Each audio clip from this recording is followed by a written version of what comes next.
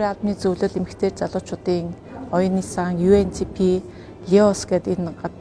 байгууллагуудын 3 дахь жилдээ хамтран хэрэгжүүлж байгаа төрийн албан хаагч эмэгтэйчүүдийн манлайллын хөтөлбөрт ментороор оролцож байна. Ер нь манай төрийн эмэгтэйчүүд тэр ялангуяа одоо төрийн захиргааны албаны эмэгтэйчүүд маань маш одоо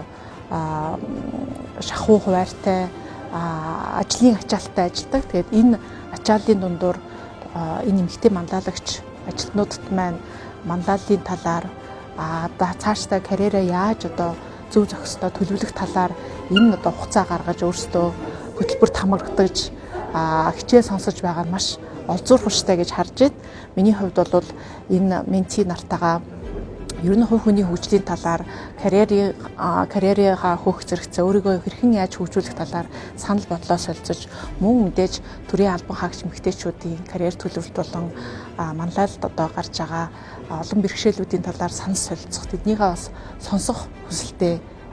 ийм одоо хүсэл мэлсээр энэ хөтөлбөрт ментороор оролцож байна.